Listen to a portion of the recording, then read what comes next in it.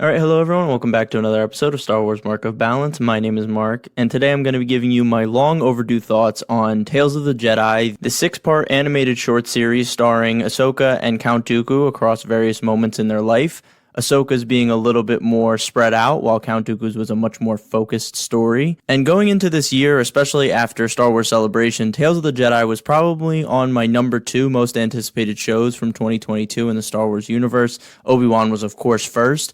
And after being at the panel at Star Wars Celebration, which was incredible, it was the only panel I got to see live, which made me even more excited to see it. But Dave really talked about this series as a passion project. He saw a Bad Batch. He said, I want to make stuff in that style of animation. Of course, he got Clone Wars Season 7, but he wanted to take advantage of the Bad Batch and how great the technology has gotten even over the past couple of years. And when he first talked about this series with us, he mentioned how dark it would be, the tones that would be discussed throughout it.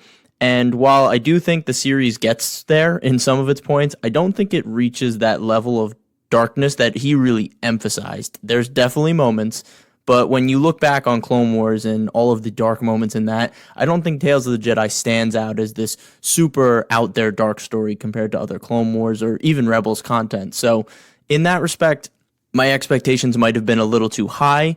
And as you guys know, I've watched Clone Wars since 2008, so bringing back Ashley Eckstein again to play Ahsoka Tano in animated form is going to bring expectations as well.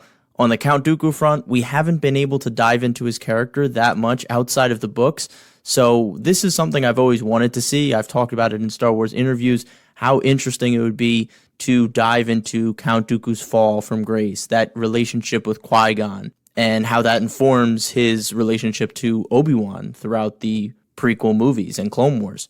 So this is all to say that my expectations were not met, whether they were too high or not.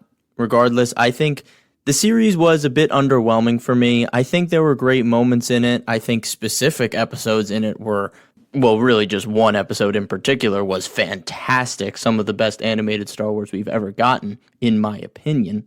I thought the writing overall was super inconsistent. Some episodes were some of that classic Filoni deep dive into Star Wars mythology, connecting all of these different pieces together to form these really emotional moments. And in others, it felt very clunky. The dialogue didn't really push the story forward as much as I wish it did, or it was just awkward and awkwardly performed. It felt more like a season 1 episode of Clone Wars than something that they've been doing for almost 14 years probably at this point.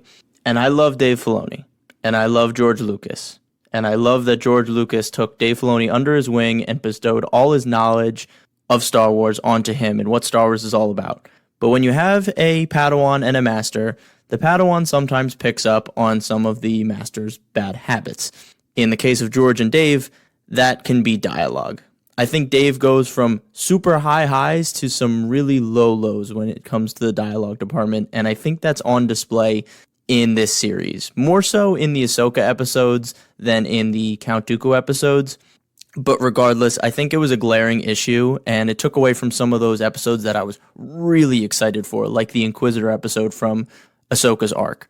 I'll get more into the specifics around my cons with this series as I talk about the episodes themselves, but I do want to jump to the positives, and there are a lot of them. The music throughout all parts is fantastic. Kevin Kiner and his brother, Sean Kiner, have mastered their Star Wars sound, and I love what they bring to this series, from Ahsoka's theme being weaved into her episodes to the very dark and ominous tone that they used in Clone Wars Season 7, specifically the Siege of Mandalore arc, and how they weave that kind of musical style into Count Dooku's storyline, because basically it's the same thing. You're seeing the fall of a Jedi and the beginning of the fall of the Republic, so I think it fit perfectly there. Visuals, as I talked in the beginning, are top-notch. Some of these shots looked near live action, especially those landscape shots or the mountain shots where you're seeing the clouds come off the mountains, and there's so much detail in the trees now, and the lighting and the shading and the sunlight coming through. It's really fantastic what they've done with this, and it just shows that they are at the pinnacle of 3D animated TV. Nostalgia also plays a big factor in some of these episodes. Of course, seeing Ahsoka on screen again in animated form with Ashley brings back a lot of emotions in me, especially when you pair her with Obi-Wan and Anakin, voiced again by Matt Lanter and James Arnold Taylor. And with Dooku's arc in this, it's much more focused, and I really like how we unfold his character and his issues with the Republic, with the Jedi Order, and how that all boils up into the final episode of his arc called Sith Lord, which I think is one of the best things that Lucasfilm Animation has done, period. I'm going to really deep dive into that episode specifically because I think it's far and above the best one out of all of these. And I'll get into more specific positives I have when I go through all these episodes. But as you can see, kind of a balance for me.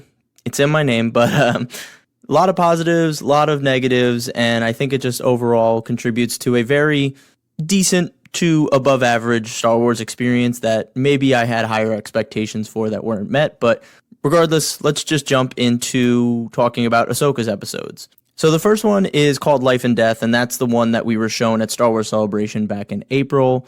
At the time, I was really blown away by the musical choices, the lack of dialogue, and how environmental storytelling and expressions were used instead of just shoving exposition down your throat. And it tells a very honest story about Ahsoka's village. That was the first time we ever got to see her village. And I love that her name has an Indian origin, Ahsoka. I forget what it is. I think it's Ashoka or something like that. And that they use that origin with the accents of the village. Everyone in the village has an Indian accent. So that was really cool to see that confirmed in canon.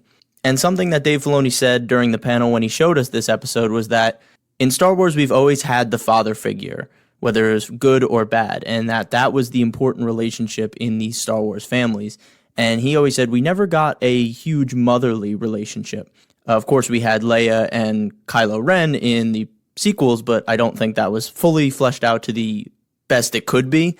So he really wanted to focus on a strong female motherly character here, and I think that really resonated with me and my sister Jen as we watched it because it's so true. It's something that's obvious, but maybe we never put it together because we're just so into Star Wars that we don't really take a step back and say, there hasn't been that many motherly figures. So that was a really cool moment, and seeing that her mother's teaching her all these lessons about life and death and taking a child out on a hunt when they're only a year old is very interesting, but I think it makes it a very cool, grounded look at this culture, and it really fleshes out the customs of her people, and Ahsoka does learn this valuable lesson.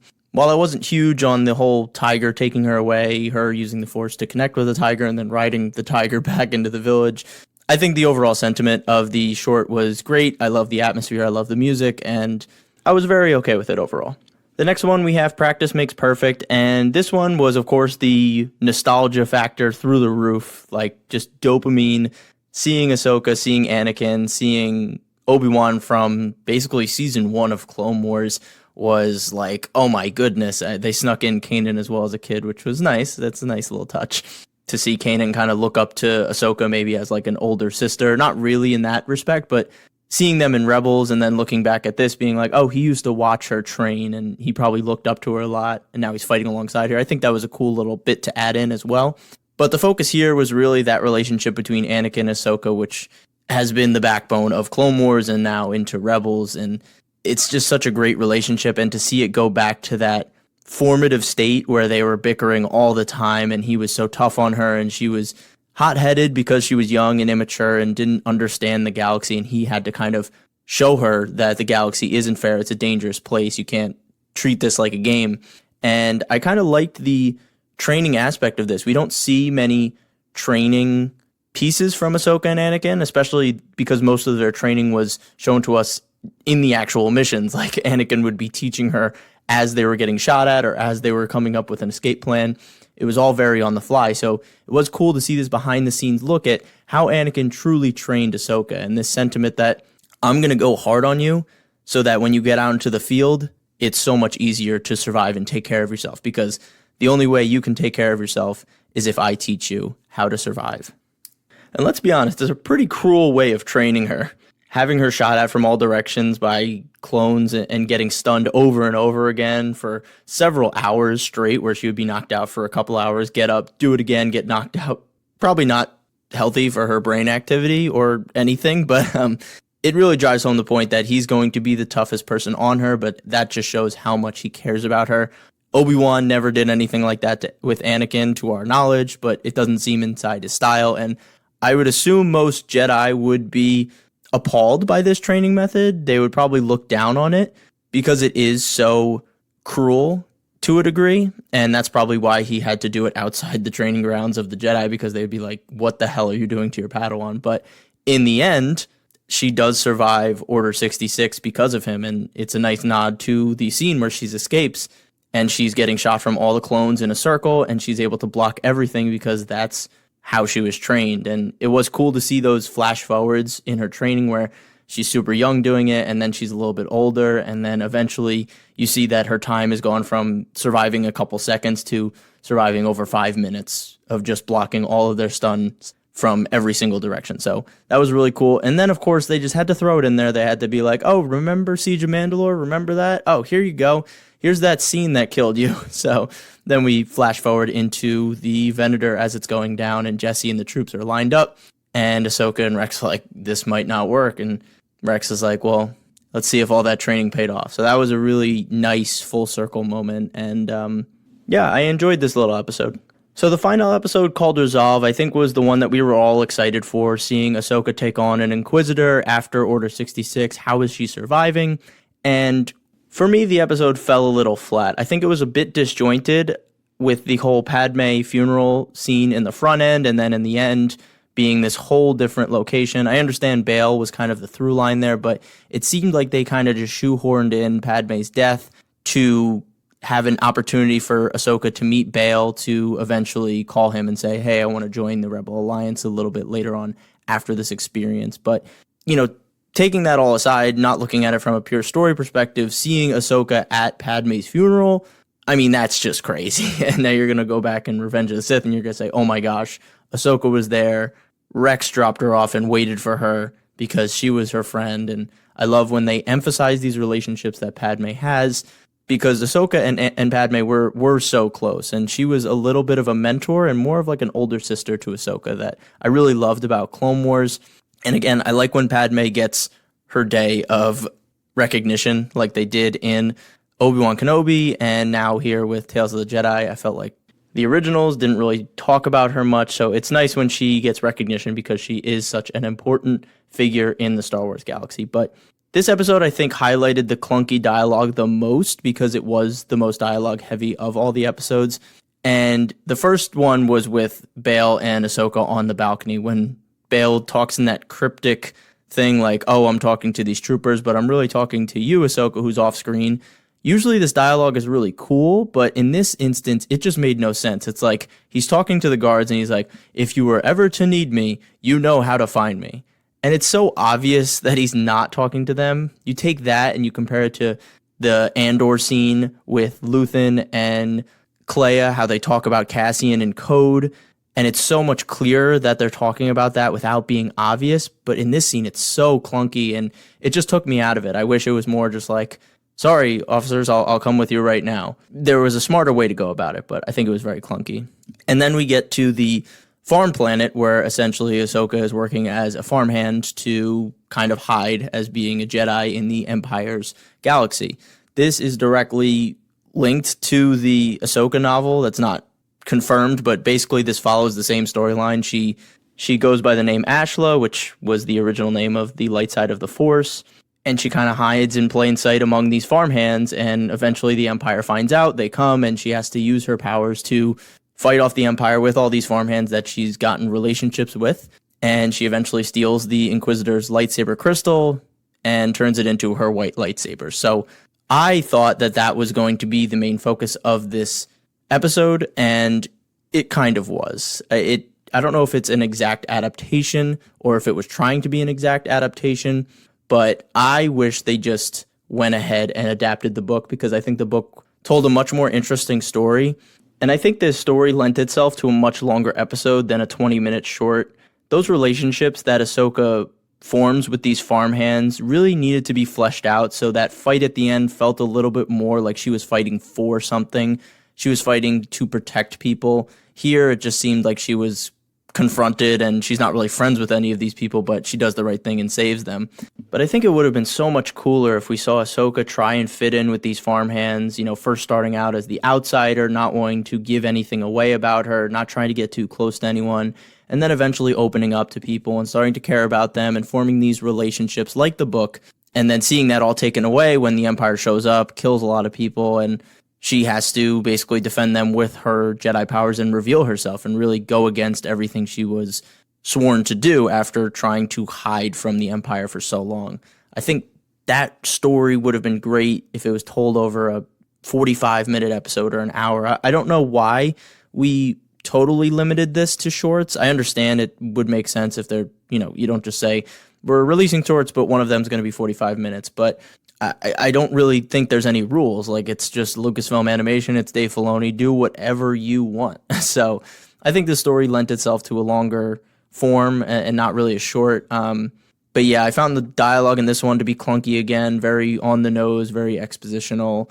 Ahsoka saves someone with the Force, but she's so obvious about it. And then the one guy's like, oh, the Empire's good. They're doing the right thing. And of course, he's going to be the one to call the Empire. And then they come back, the whole village is destroyed. And he's like, I'm so sorry, I didn't realize it. And yeah, I just found this one to be very underwhelming of the three. And that's the tough part, because this was the one I was looking forward to most, and it fell a bit short. But I really like the action sequence at the end where Ahsoka basically takes this Inquisitor down without even having a weapon of her own. She takes his lightsaber, deactivates it, reactivates it, and cuts him in half. Like, that was incredible. It felt very much like the Maul and Obi-Wan showdown, just showing how outclassed these Inquisitors are and these Sith Lords are when you come up against these enlightened, seasoned Jedi like Obi-Wan and Ahsoka. Of course, we've seen it in Rebels. I mean, Ahsoka literally takes on 2 Inquisitors, no problem. So seeing her here with no weapon and taking one out who was so awesome. Like, the design of this Inquisitor, he had like this bird mask basically, and his voice was awesome. It was a great addition to the Inquisitor lore. I don't know if he was real though. Like, I think he might have been a droid or something. I don't know, because when she cuts off his mask, it kind of deflates. So I'm not really sure what that Inquisitor's deal was, but regardless, really cool at the end. The fire effects were, top notch. I mean, we're seeing the best 3D animation out there. And unfortunately, we didn't get to see her bleed the Kyber crystal from the Inquisitor's blade, to see her turn into white lightsabers. I think that would have been very warranted for a short, and being able to see that. But I think Dave did want to respect the book and leave the book relatively untouched. I know the Siege of Mandalore basically retcons it, but that's because they didn't think they were going to be able to tell that story. So I don't fully blame him for that. So all in all, I think this was my least favorite of the Ahsoka episodes, which is funny because it was the one I was most looking forward to. But I think the Ahsoka story had its moments. I think it, in moments, justified its existence, but I think in other ones it didn't really justify the need for them, especially in this short form. But it was an enjoyable watch, I'll give it that. And seeing my girl Ahsoka is always welcome, especially with Ashley Eckstein. So now moving on to Dooku, which I think was the much, much stronger portion of this. I think it lent itself to that because it was a much more linear focused story, which you guys know I'm always looking for. I think where Dooku's fell short is the fact that the first 2 episodes were very one beat. They were very one-dimensional. You kind of knew what would happen in the second one based on the first one. I can tell you the synopsis of both, and it would sound exactly the same. 2 Jedi go to investigate a senator or a mishap with a senator on a planet. They realize there's corruption between the senators, and in the end, Dooku distrusts the Senate even more and distrusts the Council even more.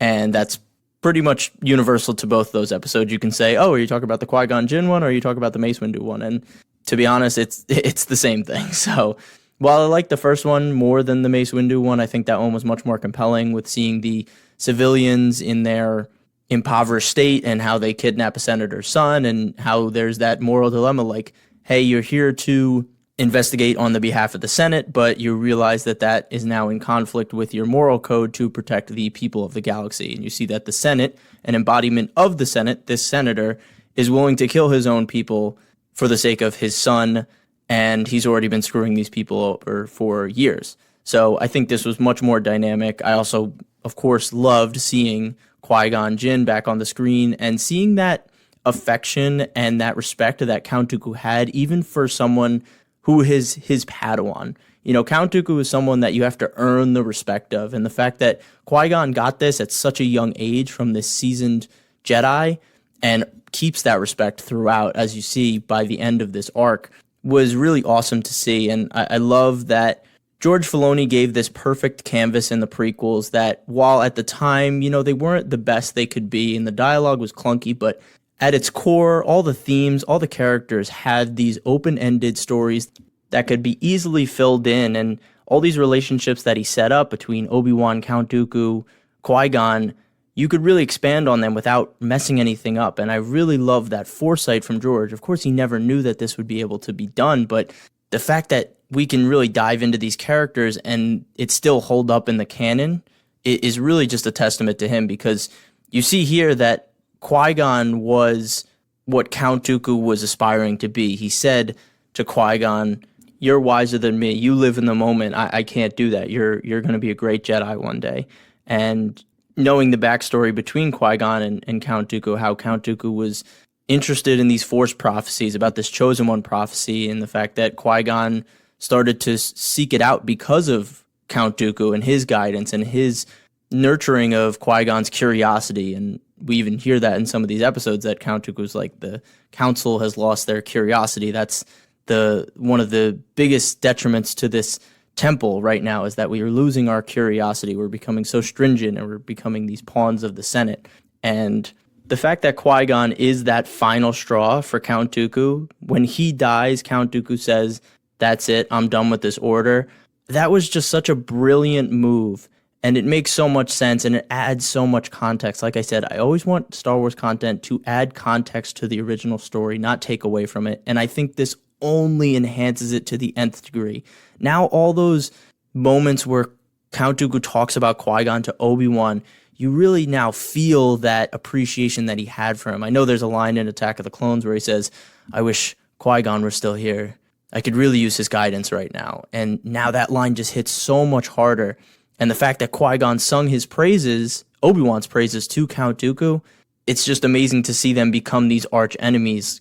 Count Dooku knows so much about Obi-Wan, and Obi-Wan only sees Count Dooku as this evil, pure evil person, but his master knew him differently.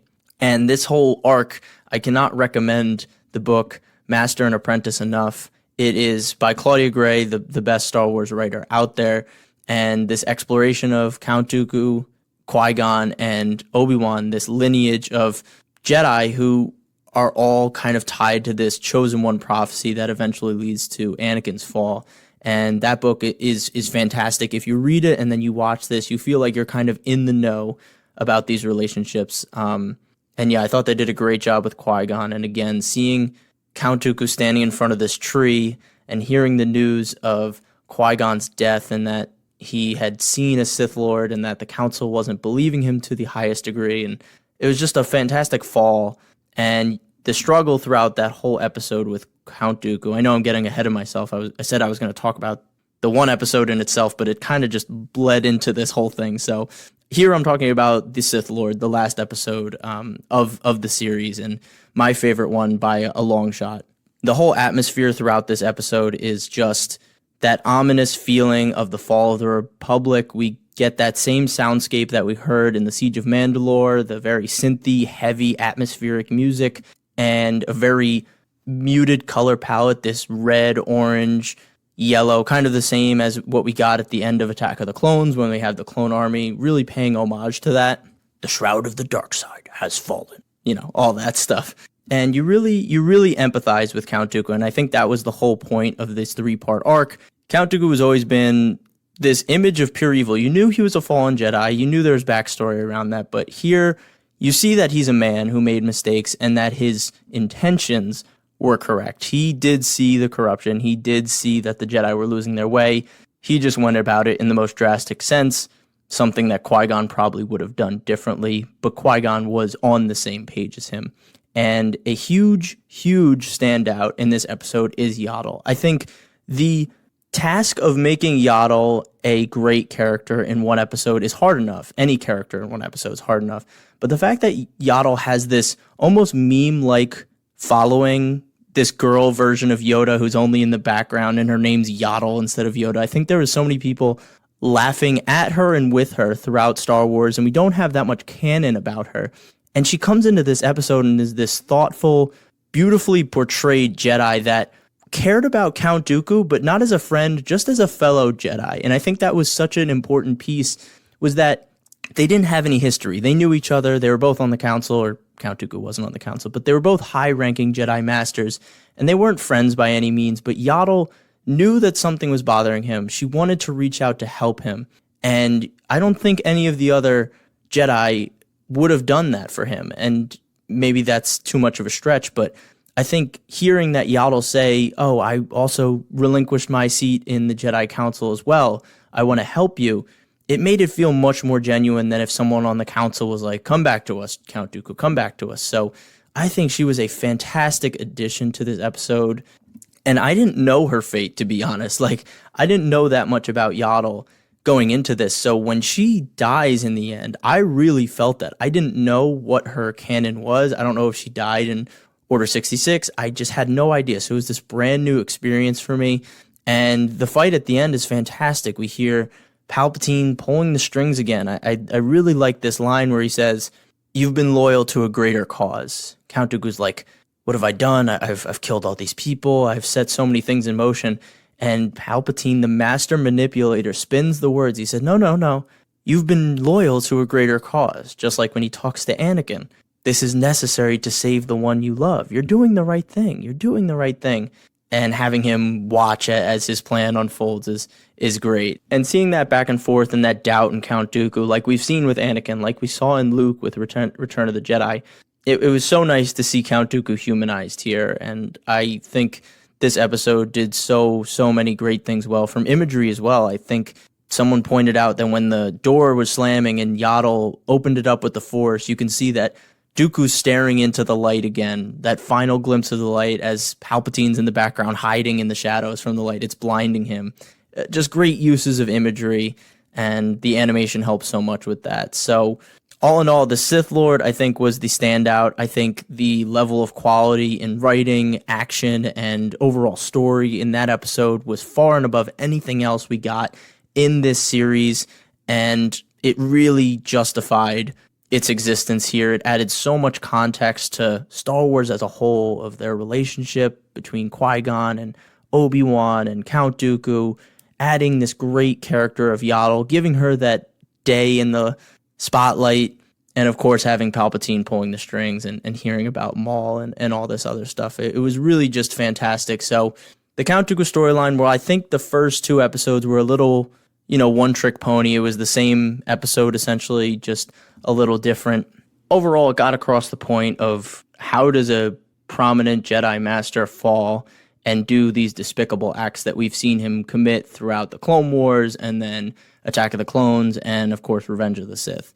And now Count Dooku is one of those characters that I'm now very fond of because of this. I think if I were to change anything, it would be that one of those episodes where they go to a planet to investigate the Senator, I would switch that entirely into Count Dooku investigating the Force prophecies from the Jedi, looking into the Chosen One prophecy, having that conversation with Qui-Gon, having that conversation with other Jedi about the Force. I think looking into the Force from a different perspective inside the Jedi Council would have been much more compelling, and I think it would have added a lot more context to not just why Dooku left because of the hypocrisy and the corruption in the Republic and the Jedi Order, but also that the Jedi were losing their way and that he was looking for other ways to spur change in the Jedi Order, and he was looking backwards to do so and hopefully trying to find that Chosen One or any other prophecy that he might have been looking into. But I think that Force aspect to Count Dooku's perspective would have been a lot more interesting than just another episode with a senator gone wrong. So that would be the big change I would make. I always love when you get to explore the Force in different ways, and I think this was a great opportunity to do so that unfortunately wasn't taken. So in conclusion, Tales of the Jedi was a bit underwhelming for me. I know I had a lot of great stuff to say, but I think my expectations were a bit higher for these stories. I think Ahsoka's could have been a little bit stronger, even though those episodes did have their moments. I think the third episode in particular really could have hit it out of the park like Count Dooku's third episode did, but I think it fell short. And Count Dooku's episodes did their job of recontextualizing this fallen Jedi like we've never seen before, and capping off his 3-part story arc with one of the best episodes we've gotten from animated Star Wars. The music throughout the series was fantastic. The Kiner brothers brought their A game again. Can't wait to see more of their work in Bad Batch Season 2 and many more Star Wars projects, hopefully, in the future. Except one thing. Sorry, there's one thing. Why didn't they just play Padme's funeral theme for Padme's funeral? These moments that are etched into Star Wars history with specific music attached to them, cash in on that. Cash in on that emotional buy-in, that investment that we have into that musical piece. Why not play it again? Seeing Ahsoka with that playing and Padme going by, oh my God, I would have fallen out of my seat. But they just used a new piece that didn't have any emotional weight to it. It was just kind of filler. I don't know why they keep doing this. Just use John Williams' score. What are we doing? That's why it's there. Little tangent there. Other than that, Kiner Brothers, fantastic work. I don't want to take away from you at all. But yeah, those are all my thoughts. You guys know I live, breathe, and die animated Star Wars. I love when we get new animated Star Wars. I love when animated Star Wars is taken seriously because animation is just as valid as live action. Animation does not need to be adapted into live action. Animation can stand on its own. Animated Star Wars has been some of the best Star Wars we've ever gotten. At one point, it was the most consistent Star Wars we were ever getting. So I am always in animated Star Wars' corner. I'll always advocate for it. So really happy that there was moments in this that I can continue to advocate for because really it hit some high marks here. But again, there were some shortcomings from the writing perspective and some of the choices in what story we were going to tell with these 6 episodes, sorry. And yeah, I'm excited to hear your guys' thoughts. Let me know on Instagram at @star_wars_mark of balance. Let me know what story you would want to tell if they continued this animated anthology series around Tales of the Jedi, maybe looking into other Jedi we haven't explored as much. I know there was an idea being tossed around of telling the Dark Disciple story with Asajj Ventress and Quinlan Vos. That's one of my favorite Star Wars books. It was originally supposed to be part of Clone Wars. It was a 3 or 4 part arc that unfortunately Clone Wars was canceled and it was never made, but there was a lot of concept art. There was pre-rendering done. So there are assets out there and the story has been mapped out. And that's the only reason I would really advocate for this book to be adapted because it was originally adapted the opposite way. So it's really meant to be in animated form. So that would be my push to have an Tales of the Jedi Asajj Ventress kind of arc, either 3 or 4 part arc, or just make it a whole anthology movie where we see animated Asajj Ventress go through this amazing journey. I really can't recommend Dark Disciple enough. But yeah, that would be the main one I would want to see. I think other than that, I don't really have any strong feelings about any other Jedi to kind of dive into, but I'd be curious to see what you guys were interested in. And yeah, I would trust Dave to pick a good one, I think. But yeah, regardless, thank you, of course, as always, for listening. Stay safe, stay healthy, and may the Force be with you. Peace.